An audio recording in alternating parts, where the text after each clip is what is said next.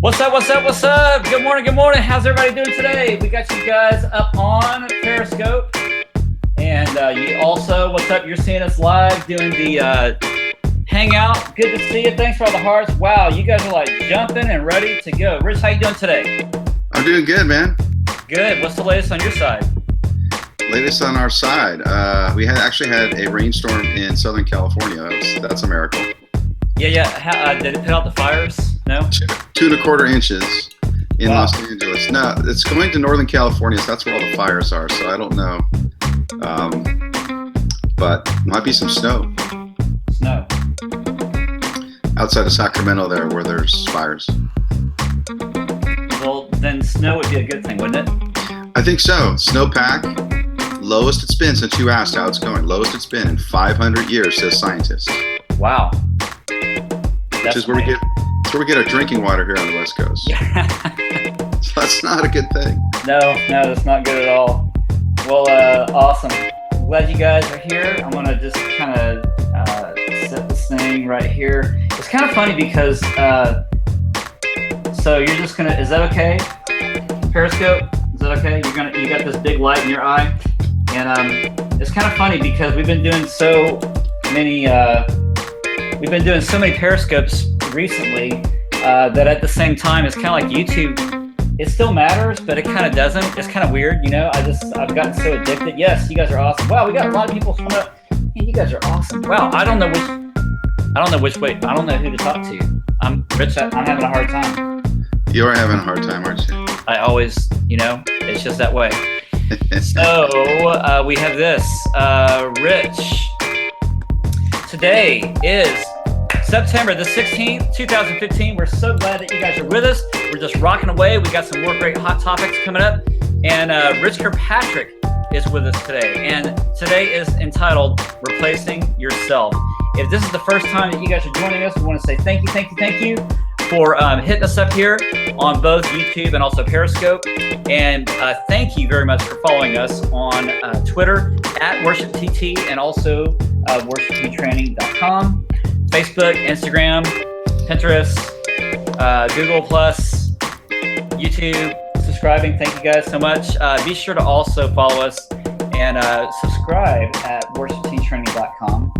And you can get our email. There's also, you sign up, you get a free download book. So just go to worshipttraining.com/e-news. Or just hit the little button that just says subscribe here. It's probably a lot easier. But anyway, always good, fun stuff coming up. We got some more stuff going on.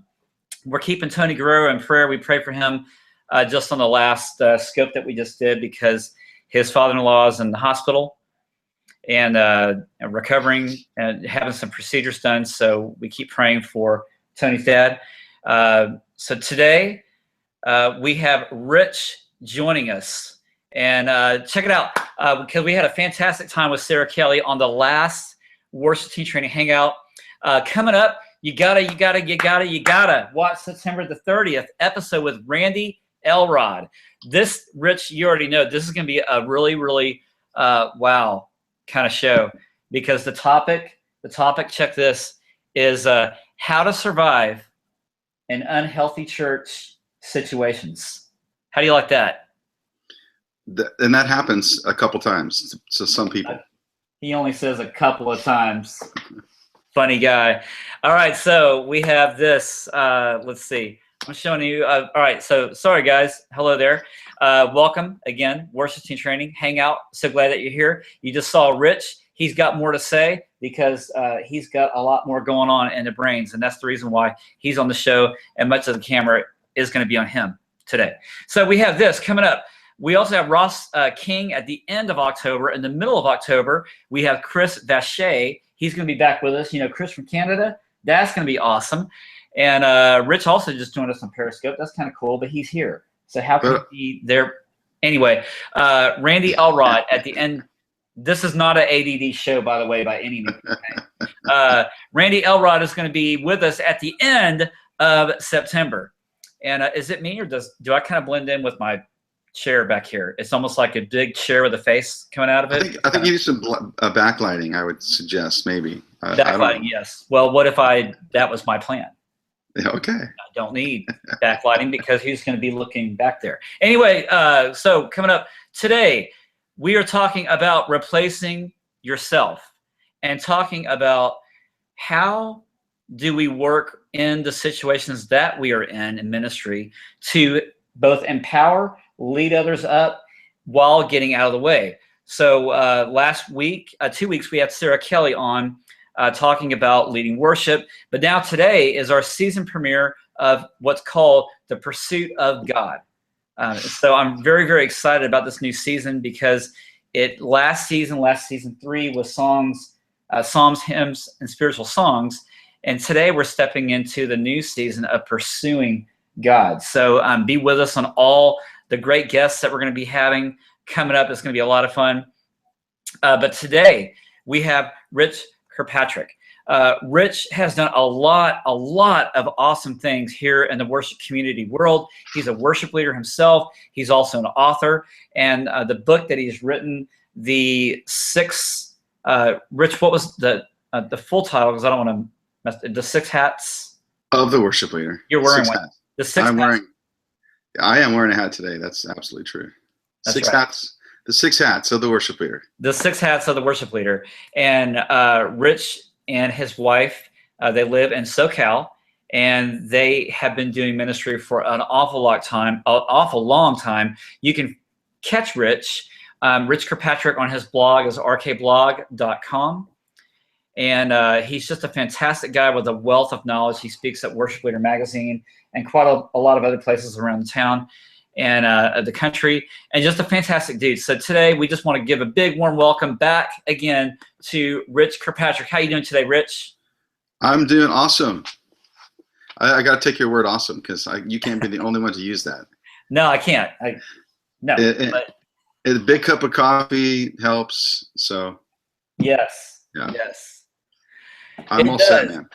So we're talking about replacing yourself, and you had actually this was your idea for the topic because I had asked, hey, what are some things that we can talk about, because we always want to go with what's relevant and what most folks are going through. And you talked about the idea of losing your job, how do others help, how they find another ministry or another job.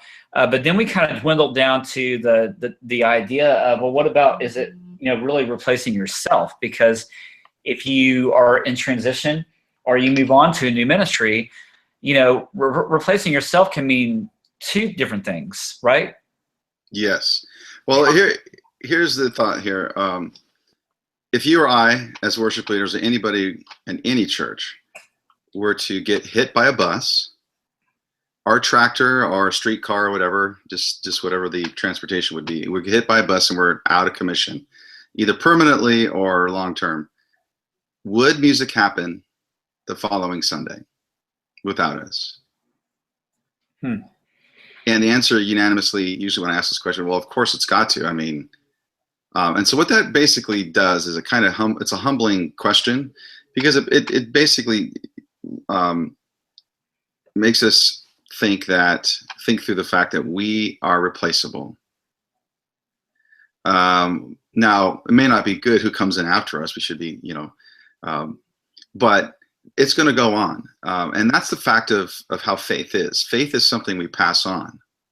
And yes, what we do each week is just a piece of that, but like that. And so if that's the case, then this is why when you're a young family, you have life insurance. You start paying into a life insurance policy because you want to take care of what's most important. And what's most important is what? It's the future. It's the kids. It's the idea of what you're trying to do, not just what you're doing. So anyway, so that kind of got me on this whole idea of replacing yourself as a fundamental, I think, one of the fundamentals of being a worship leader. Love it. So tell us this, our first question. Why is the thought of replacing yourself seem to be so hard? Well, because what we do is fun. I mean, well, not just fun in a frivolous way, but every worship leader I talk to absolutely loves what they do. We love what we do. It's an honor to do what we do. There's the musical artistic side of expression, which is great to have. But there's also just the fact that we get to be in the front viewing God's people do their thing. So it's really hard to give up something so great, so important. And so, and like anything, if you don't plan on it, it's going to be hard to let it go. And that right there seems to be, I think, a barrier, would you say, for most worship leaders? Yes, and letting go or replacing yourself doesn't mean that you're not in the picture. It just means you may be expanding what you do. So it's not just a negative thing. It could be the very thing that helps you survive long term in ministry, is the ability to replace yourself many times over. For instance, do you want to keep setting up cables before rehearsal? Do you want to keep being the only person who makes phone calls to musicians so they show up on time? And if your ministry is growing or changing, and you're growing or changing, then sometimes this idea of replacing yourself is not just about the very end and ultimate replacing yourself. It's a process to allow yourself and your church to grow. Yeah. Good. All right. Well, what about the difference between, I mean, we talk about delegation, right? Yes. I didn't know any other way of how to ask this, and there's 1,001 ways that you can. But one that stuck out to me was, what's the difference between good, wise delegation and dumb delegation? Well, let's start with the dumb, because that's easiest for some of us to we've lived in that. Not you, of course, Brandon. Never. Never. But delegation. Now, dumb delegation is when I think that I'm a boss. And what I mean by that is think that I know it all, that power is important, that politics are important. And so I look at delegation, for instance, if I'm going to be gone a Sunday and I'm going to have someone fill in for me, I may pick somebody not as good as me, so the congregation misses me. Now that's dumb delegation. So wise delegation, on the other hand, is looking at my job as a casting director versus a boss. A casting director's job is to find the best person to fit a role. And so if I delegate to somebody on my Sunday off who's a bit better than me, if I could find that person, which of course I can, then my congregation is going to be served better. And it actually will make me look better because they'll have a great time without me. Our insecurities often, are a problem there. So bad delegation, dumb delegation, is when I think I'm a boss of a factory, everybody serves a plan that I have. Mm-hmm. Good delegation means there's a mission that I'm a part of serving, where I cast the right people to fill the right roles. Wow. So in your mind, how do you know who fits the right role? When do you think, how does that happen for you? It happens a lot slower than I think any of us desire. Meaning, if I'm going to, let's say, replace myself on a Sunday and I have funds to hire somebody, well, that's easy. But if I have to help the youth ministry start a worship team, and I'm not really in the youth group because my rehearsals are happening at the same time, and I don't have relationships to even know those leaders in that particular circle, and I need to help the youth pastor with that situation, then it's going to take me a long time, because it's all about relationships, and I think that's the key. That it takes time, and that time that you do is getting to know, because you can't cast without knowing. Let's say in film, of course, you got a screen test. Mm-hmm. So the first thing would be, how do you screen test a person? You got to see them doing something in live action. How do I fit someone in the role of a music director? In my book, I talk about these 6 hats. One of the hats I would delegate would be the band director, music director. Well, maybe I let them run with one song at one rehearsal while I vacate the stage so I can do something else. And I'm screen testing that person. Yeah. They're not being committed to the role. They're not signing up on a dotted line. They're just being screen tested for that. And they may or may not know they're being screen tested. I did not know I was being screen tested to lead worship when my worship pastor said, hey, let's sing a verse of this song, the verses on this song. And you and so-and-so are going to do that. So you just walk forward and lead that part and walk back. I didn't know he was screen testing me to be a worship leader. Because I was kind of still a little slow, by the way. It's a good way to keep you on your toes. Yeah, but isn't that good? Because it takes time, but we don't like that. And that's why delegation's hard, because it requires very careful input as to what this person can do, and then a decision based upon that so they succeed. Because it's not good delegation. This is the other thing. Besides being a boss and casting director, well, a boss, you generally, I fire them. Well, how easy is it to fire volunteers, Brandon? It's not, is it? No, because they're volunteers. Because they're volunteers. So why would you hire somebody as a volunteer in a position where they're going to fail, where you might have to fire them? That's a horror situation to be in. So that's why that's bad delegation. So good delegation says, I've tested this person out. They've tested themselves out in it. And that's the other part of it, is where the person gets to see whether that fits them or not and have the freedom to, give their input into it. Yeah. Yeah. Good stuff, Rich. Thanks, man. All right. So take us home with this last one.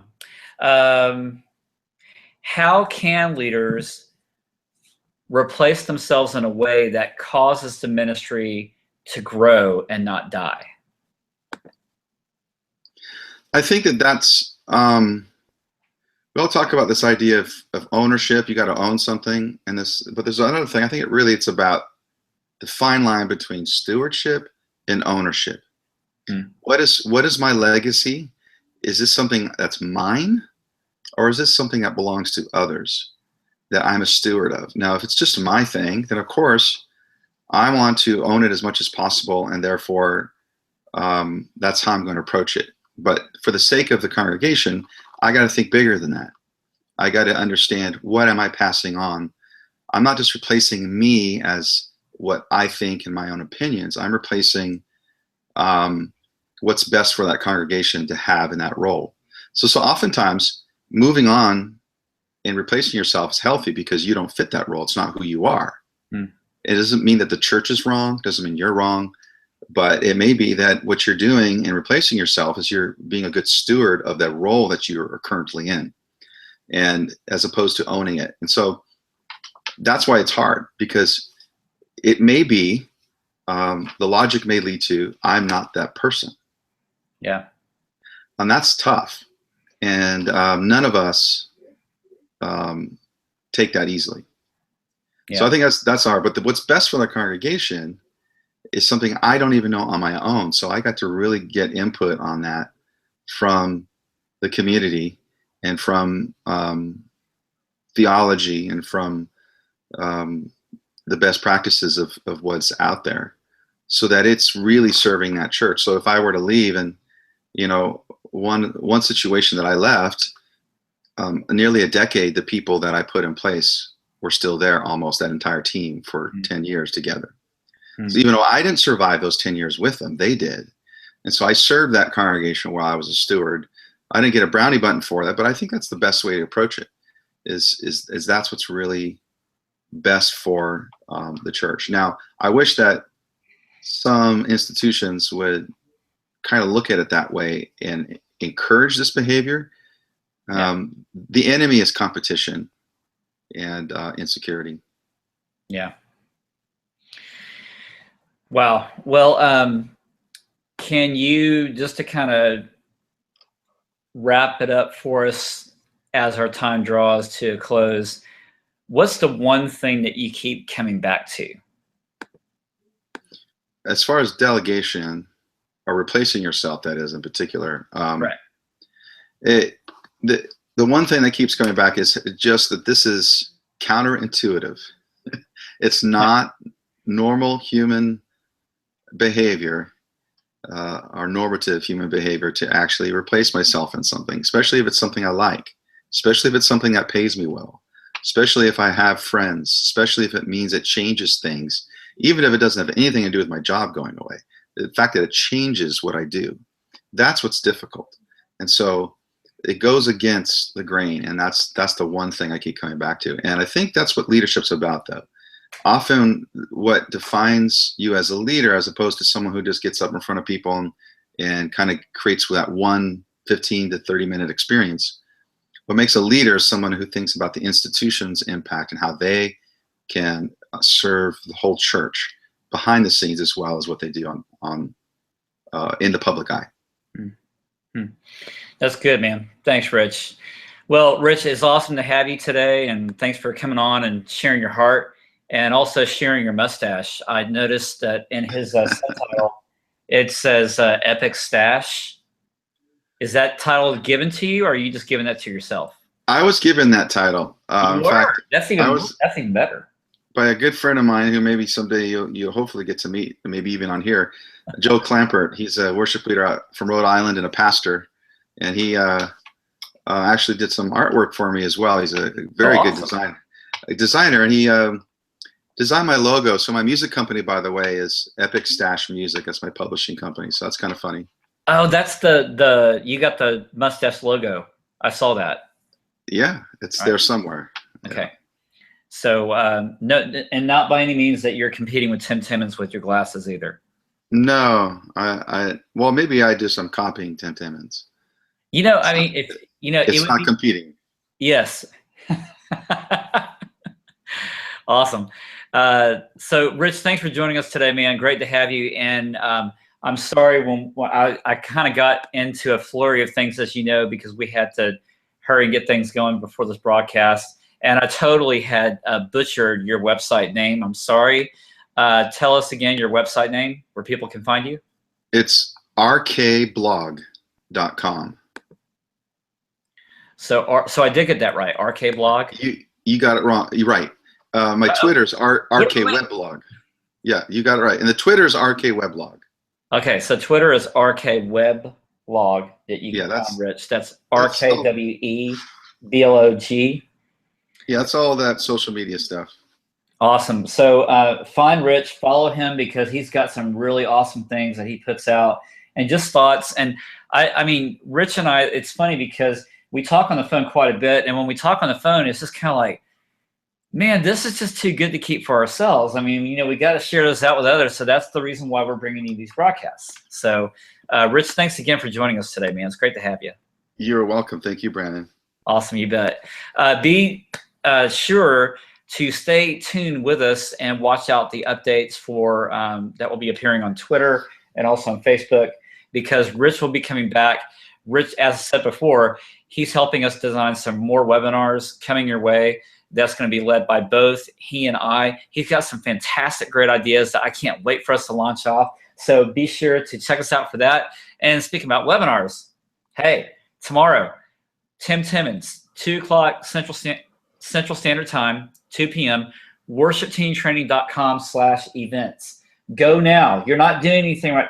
Well, wait, don't go right now. I don't want you to leave the broadcast. But when you're done with this broadcast, go to worshipteamtraining.com/events and look it up. Or if you got another device with you right now, come on, use it. You don't need to talk to that other person right now. Put that away and go to the website. Here's what's cool. There's 2 things that we're doing for you. It's really, really, really, really, really cool.